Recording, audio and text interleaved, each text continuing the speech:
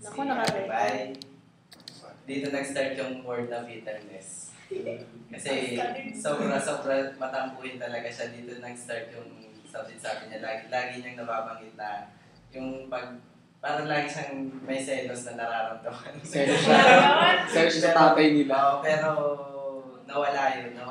Kasi pinaliwanag ni Tahoy, pinaliwanag na hindi naman ganun talaga. Hindi siya kailangan makaramdam ng ganun. Kasi bilang kapatid, kailangan pa rin na talagang magturingan bilang magkapatid lang talaga. Yun, nakita ko sa kanya yung naramdaman ko rin yung pagiging ate niya. Kahit na may bitterness. Naramdaman ko pa rin. Tulad niya kahapon, hindi ako nasama sa shabu-shabu. Pero nagtampo pa rin siya.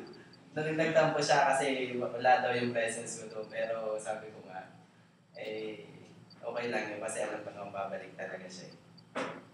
Alam ko naman kasi talagang nandyan. May bagong siya yun lang at God bless. Yan ang sarili. Brother Eric.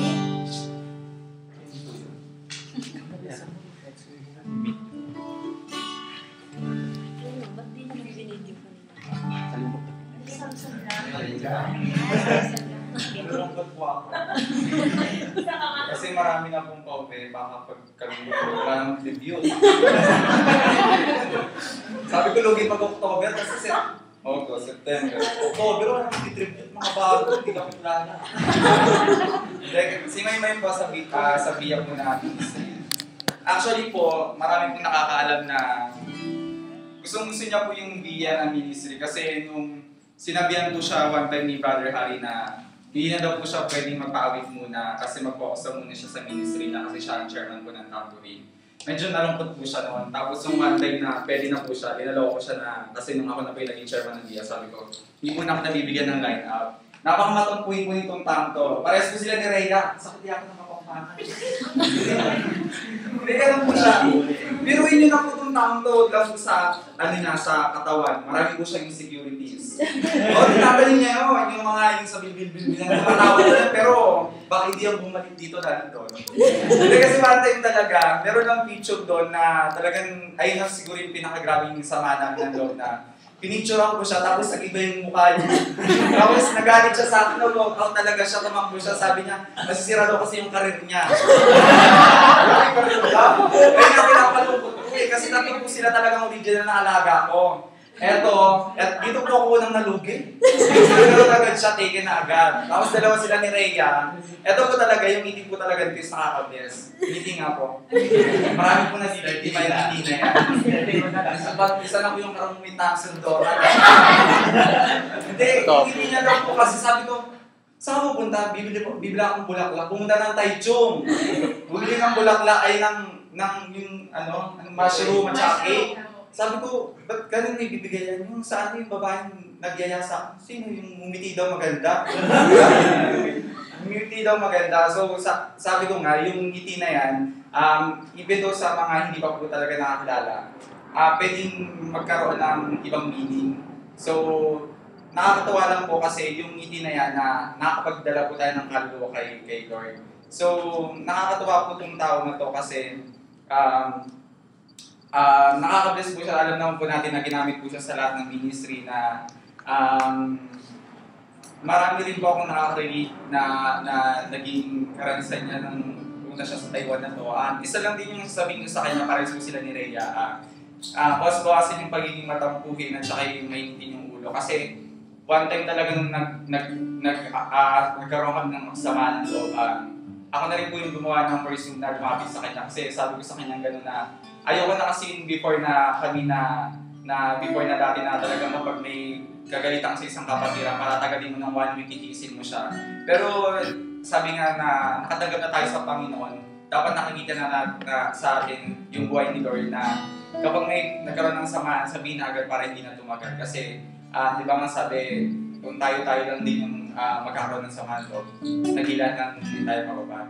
So, kaya ko lang po sa kapatiran na ito, alam ko naman po nakapating siya na huwag mawala yung presence ni Lord sa kanya at ipagpatuloy niya lang kung ano yung sinulat. Siyempre, God bless. Amen. Brother Ber? Sino pang hindi pa nakatayo? Brother Ernie. Si Joy. Brother, sige na, mga brother. Sige na. Ha? Ay, wag na sila, mas mga live sila eh. Meron yan silang chance to. Nasaan na ganaan? Siyempre! Lagyan na sa one call.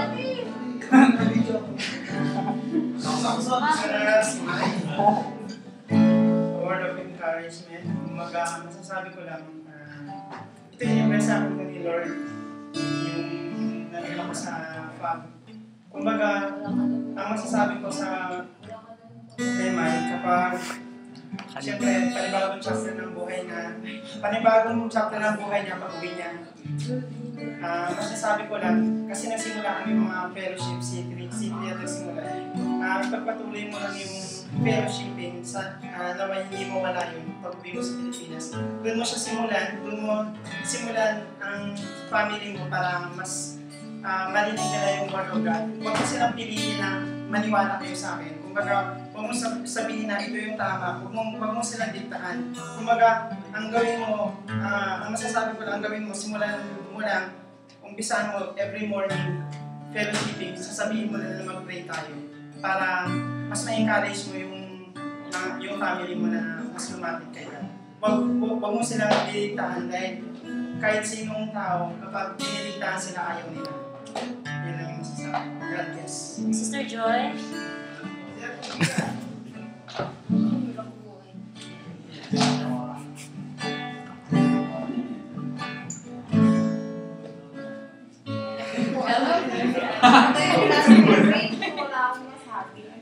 na. Message na. Ko yung tawag. Kasi po, si Sister Mai, nire-reference sa akin to eh. Yung lagayan ng labatis. Ay! Wala na po. Kasi, to tell you po honestly, si Mai po yung sa akin na mag-BS. Siya po talaga yung nagbigay sa akin ng parang life. Sabi niya, pagsambang mo lang, good morning! Ganito talaga yung moment. Good morning, Ate Joy. Atin ko mamaya yung devotion. Day off mo. so, ang last message ko is, thank you and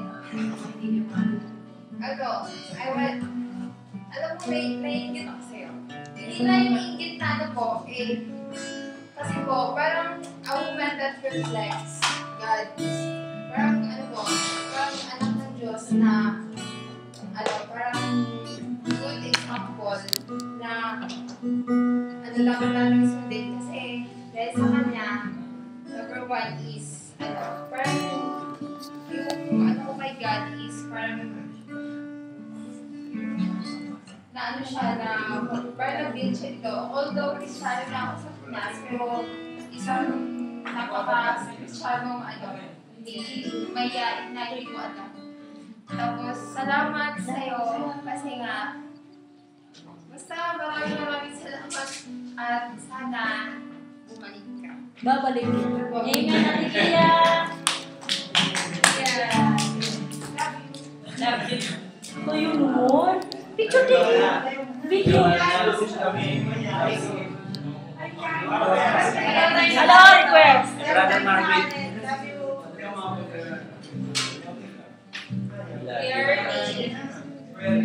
Brother Ernie. Ito ako nag-video. Kay Sister Marlene, di naman kami masyadong dito sa ministry. Di naman kami masyadong nagkakasama. Lalo na sa kasi sometimes nagtatry ng person siya. At the same time, siya yung chairman ng tambourine. So, isa lang yung nakita ko sa kanya na yung in-enjoy niya yung ministry. Amen. Baga nandun yung init niya sa pag-serve kay Lord. lalo na sa ministry na pinapipilangan niya. Kaya, siya talaga yung Gusto mo ayun to yung patis. wala siya yung tumatayo sa tamborin. Talagang pinapakita niya yung leadership niya sa tamborin. Alam, yun lang pagkawa sa mga version. Kumbaga yung leadership Yun lang niya, pala. pinapakita ng paano Yun lang pala napakita sa makatawa mga sa kasama niya. Pornography. Yung pagiging mabait na leader. Although, hindi ko man nakikita lahat yung mga ginagawa nila sa ministry. Yun lang pala. Yung focus niya, yung intimate relationship niya sa Panginoon, sa pagsaserve. Andun yung ano niya, yung boldness. Then, yun po, yung encouragement ko dahil halos lahat sa atin, dito natin natagpuan yung talagang purpose kung paano tayo ginamit ng Panginoon. Saka kung ano yung pinaka-purpose ng buhay natin. So yun po, patuloy mo lang yung pagsisik talaga kung ano pa talaga yung purpose ng Lord para sa buhay mo, sa family mo, sa ministry. Kasi lahat po tayo, parang dito yung training ground natin na dito tayo nagsimula, sa dito tayo. Talagang nakikita natin yung glory ni Lord. Saka yung pagpapagamit natin sa gawain niya. Kasi minsan, kung hindi tayo napunta rito, kasi lahat dito sa Taiwan, siguro nakikita ko lang na pinaka-best na dormitory sa company. Amen. Kasi andito po, halos lahat nagkakaisa para sa gawain ng Panginoon. Kung paano ipapaabot yung glory ng Panginoon. Paano natin, paano tayo papagamit sa Panginoon. So Sister Mai, kung nasa Pinas ka man or saan ka man dahil Canada. patuloy lang sa pagpapagamit sa Lord. Pag-sabi mo, pas na doon. Lagi natin ilagay sa isip natin, sa puso natin ang purpose kung ano pa ba yung nais ng Lord para sa buhay natin, sa pamilya natin. Kasi talagang ang pinaka-goal natin dito is hindi lang yung makawin tayo ng song sa ibang tao, kundi sa pamilya natin. Yung pinaka-ano natin dito. Kaya sa lahat po tayo yung pinaka-struggle natin ng pamilya natin. Kung paano natin sila dahil babalik sa pamilya. Yun, patuloy lang tayo at saka yun, dito lang din lahat ng mga kapatiran ko. Gusto mong karoon ng encouragement din. Through Facebook, online naman tayo. Gusto lang. God bless you. Patuloy sa Panginoon. So, hindi ko na po tatawagin si Brother Naso at si Brother Marvin because they have their own passion tonight, right? So, gusto ko lang po i-end up ito sa isang sinabi ko din sa sarili ko na don't trust me but trust the God who transforms. At as I've always said, na palagi kong ini-insist pag nagtutalk ako na kung saan if we have a problem, dapat kay Lord agad tayo, hindi tayo kasi kani-kanino magtungo. Dahil naranasan ko din kung paano pinag-init, binago ng Panginoon sa lugarin ito. At naranasan ko din po kasi kung paano ang umuwi. Na kung saan sa pag-uwi mo, mag-isa ka lang na magiging light doon at puro kadiliman ang nasa paligid mo. Kung paano hanggang sa ilang buwan ka mag-i-stay doon, yung light na dala mo sa lugar nito ay mananatiling ilaw. Kaya nga, I keep on insisting na huwag talaga tayo mag-rely sa power ng tao, mag-rely talaga tayo, mag-totally dependent tayo sa Panginoon. Kasi dito pa lang tinuturuan na tayo kung paano. Kumbaga, dito yung training ground doon ng battle. Kung dito, hindi mo natutunan kung paano humawak ng tamang sandata. Kung anong sandata ang dapat dalhin. Kung doon, sa panahon ng battle, doon ka pa lamang magsisimulang matutong humawak ng sandata. So, paano na yun, di ba? So, I keep on insisting talaga na if we have something, wala kang ibang tatakbuhan kundi ang salita ng Diyos. And as I have said to you na kailangan, if you are ahead here, kailangan hindi ka mag-maintain doon. Na Hindi ka man maging worker agad sa church, pero kailangan yung light ni Jesus is makita na through what? Through testimony. Nandun ka palagi, present ka sa church. Then after the church is makipag-fellowship ka. Hindi ka man worker, pero nandun ka sa Bible study. Hindi ka man makapag-share, pero makakapag-testify ka. Makakapagtulong ka sa gawain. So anong mga gawain meron doon isalihan mo. Hindi nagtatapos ang commitment natin sa posisyon natin dito. Our commitment is very broad. Wala kang mga posisyon pagdating mo doon, hindi ka man worker, but you can be used by God mightily, right? Makapagdala ka ng mga kapitbahay mo doon sa church. Acknowledge, sabi ko nga doon sa last, little or big, significant or significant na nagagawa mo, acknowledge siya ng Panginoon. Amen. So sis, wala kaming treasure na maibibigay sa iyo, anything that is material, na kung saan, sabi ko nga, we are in a place that is called wealthiest because the people of God who was bought by a priceless nagagather sa lugarin ito. So, nothing could surpass sa buhay na binigay, sa chance na pinagkaloob ng Diyos sa iyo na magbago sa lugarin ito, then gamitin mo yan sa Pilipinas. Kung paano mo in-inspire ang mga kapatiran mo dito, much more pa doon. Kasi yun yung background mo. And I believe, handang-handa ka nang umuwi, and I believe, ang lahat ng sandata bibig mo na, kung paano ito hawakan, kung paano ito gamitin, at kung paano ito pakawalan. Then, let your light shine continually hanggang pagbalik mo dito. Kasi hindi talaga madali. Naranasan ko yun. Especially, kilala nila tayo. Sila ang nakakilala sa atin. So, ang maiiwan ko sa iyo is, ilagay mo sa sarili mo palagi, don't trust me, but God will transform me. Trust me. Amen. So, before malagi ako kumakanta, kapiglalakit na now, I belong to you. Yun talaga yung kanta ko palagi pag ano. Then sabi niya, Ate, that is my favorite song. So, yun po ang maalala kong kanta na kung saan na pag-share namin ni Mai. So, let us sing that song for her. Let us all sing. Ililip po tayo ni Brother Eric ng ating mga boys. Ihaharana nila siya. Wala naman tayo, boys. May I welcome all the boys to be here. Boys, sali na kayo. Kantahan nito siya ng To You. Boys now. To you, I can do anything. Ano naman ako? Makaway lang ako. Pwede ba kayo na? Bakit na tayo?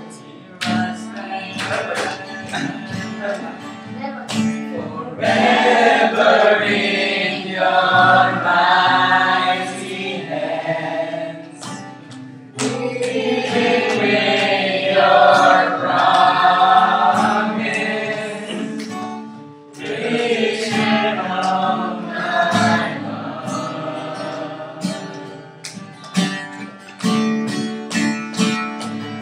And yours, surrendered only to you, serving your family, holding me your love.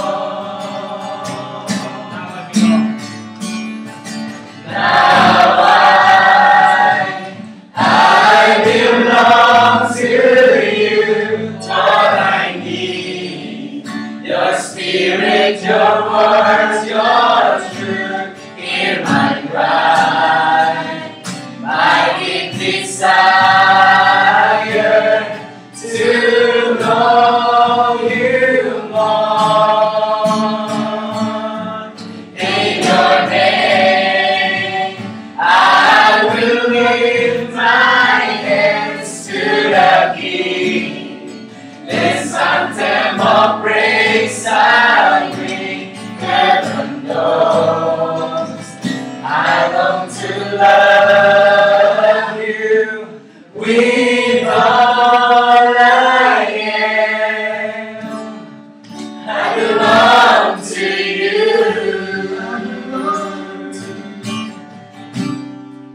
I belong to you. Give her a second, church.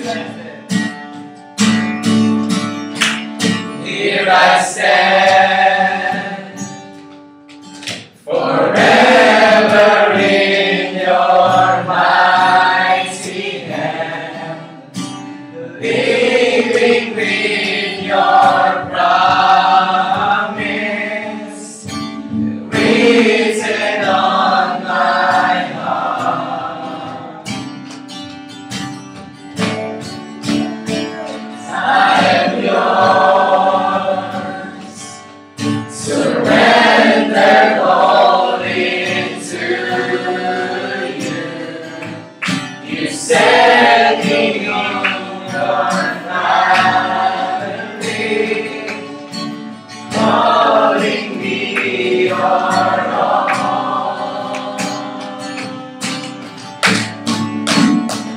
Now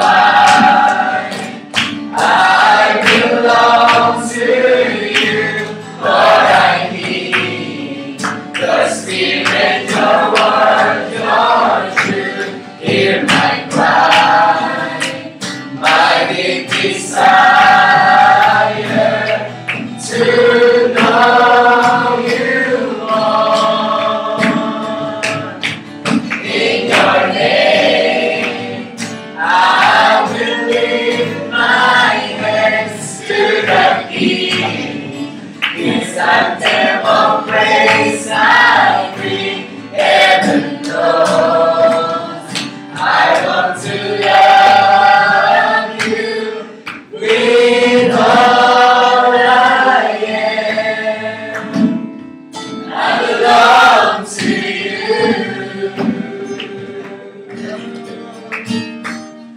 I belong to you.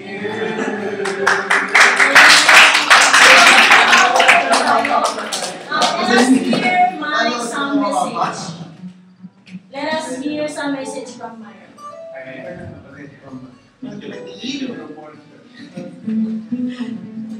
To God be the glory po. 2 minutes na. 2 minutes po. Nagpapasalamat ako sa Panginoon for the goodness, for the favor, sabi nga ni Brother Kim. Favor talaga, lalo na sa trabaho. Maraming salamat sa Panginoon because I'm surrounded with the favor, with the brethren. Talagang ito yung naging second family ko away from my home. Talagang salamat sa Panginoon sa inyo, sa buhay nyo. Isa din kayo sa mga kalakasan. Kasi sinabi nga, isa sa mga sa atin, yung presence ng kapatiran natin, isa din yung kalakasan. Yung presence, nandun ka lang sa lugar na yun, nagiging malakas ang kapatiran. Sabi nga ni Brother Beret, kapag wala yung isa sa mga kapatid natin, parang nalulungkot tayo. So, isa kayo sa mga naging kalakasan ko. Every time, no? Siyempre, minsan, pagod-pagod sa trabaho, pag nakita mo yung kapatid ko na yan, nawawala yung parang, wow, ito yung kapatid ko. Parang nakakalimutan mo yung stress sa trabaho. So, nagpapasalamat ako sa Panginoon. Yun nga yung totoo talaga yung from out of nating pagkasa Panginoon. Yun yung talagang masasabi ko na ginawa sa akin ng Panginoon. Salamat sa mga matampuhin daw. Kapag hindi matampuhin, salamat sa mga nakakaintindi. Salamat sa mga rebukings. Salamat sa lahat and walang bitterness. Salamat. Talagang ang laki ng pinagbago ko nung dumating ako dito sa Bible Study. Talagang ang laki ng ginawa ng Panginoon sa akin. And dito ko siya namin dito ako nagkaroon ng intimate relationship sa Kanya. And Listens to us. sabihin, Inspiring words to us. yun nga, magpatuloy tayo sa Panginoon. Dumating din ako sa time na na-discourage ko, time na, yun nga, yung bakit ganyan nakakarinig ako ng feedback sa Bible study. Lalo na nung bago ako. So, nakaano din ako ng discouragement. Pero, ang sinabi ko, hindi ako titingin sa tao because I will fix my eyes to God. So, encourage ko na patuloy tayo sa Panginoon. Napakasarap na. Sabi nga, there's no greater joy than being the presence of God. So, maraming salamat po. Kung alam ko na marami sa atin nakakaranas sa mga trials, testing, especially sa family. So, ang iiwan ko lang, kasi ang principles mo yan, sabi ko, Lord, hindi mo man ako gagamitin sa family ko. Alam ko na gagamitin mo ako sa ibang tao, but gagamit ka ng ibang tao para sa family ko. So, yung pagpapagal natin, our labor in God is not in vain. So, maniwala tayo, believe it, trust God, na may gagawin ng Panginoon sa family natin. And there's a time for everything. Yun yung pinanghawakan ko na, Lord, gagamit ka ng ibang tao sa family. Hindi mo man ako magamit sa kanila, I do believe gagamit at gagamit. So, magpatuloy tayo sa Panginoon.